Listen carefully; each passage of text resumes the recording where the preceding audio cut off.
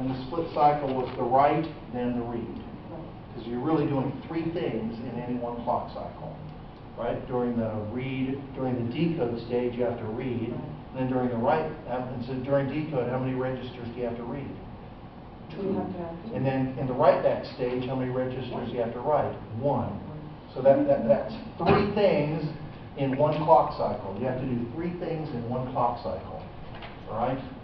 So that's why it has to be split cycle and dual port. 1 write and 2 reads per clock cycle. Remember, you write in the first half clock. All right, so let's see how that looks. We ready?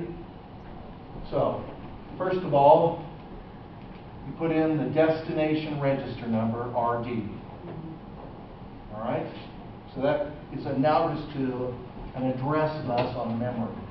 All right, so you put in the register number, then you put in DD, which is the data to be written.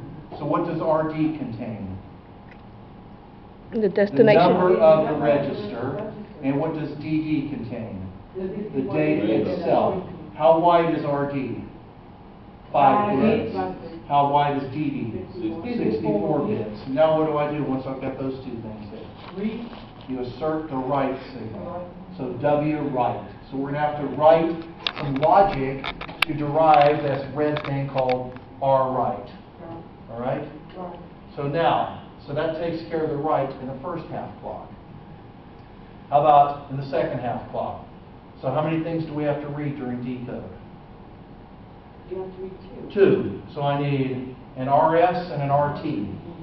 All right? Those are the registered numbers to be read. How wide are those two input lines? 5 bits each. Where do they come from? From the IR. Yes, the appropriate field in the IR. Right? Remember, the IR fields are 5 bits wide, and that's where those. So that's, even though it looks like one line there, it's really 5 lines each. All right. And what else do we do now that we've got the two registered numbers? You assert R read. So we're going to need to derive an R read signal. All right. Then what's going to happen? Out comes the data. DS is the data from source register 1. DT is source register 2. All right? Good. So that's what it's, and how wide is the whole thing? 64 bits. All right? So we're going to build one of these. We'll get to the control signals later. Let's look at how to build it. Okay? So in order to build it, we're going to need a register, a MUX, and a decoder. Register, MUX, and decoder. All right? So here we go. So first of all, where do the register addresses come from? The register addresses, the registered numbers. We already said they come from IR. Specifically, FDIR of RS is where RS comes from. And where does RT come from? FDIR of RT. So those are the two places where the RS and RT fields come from, and that's part of the instruction register.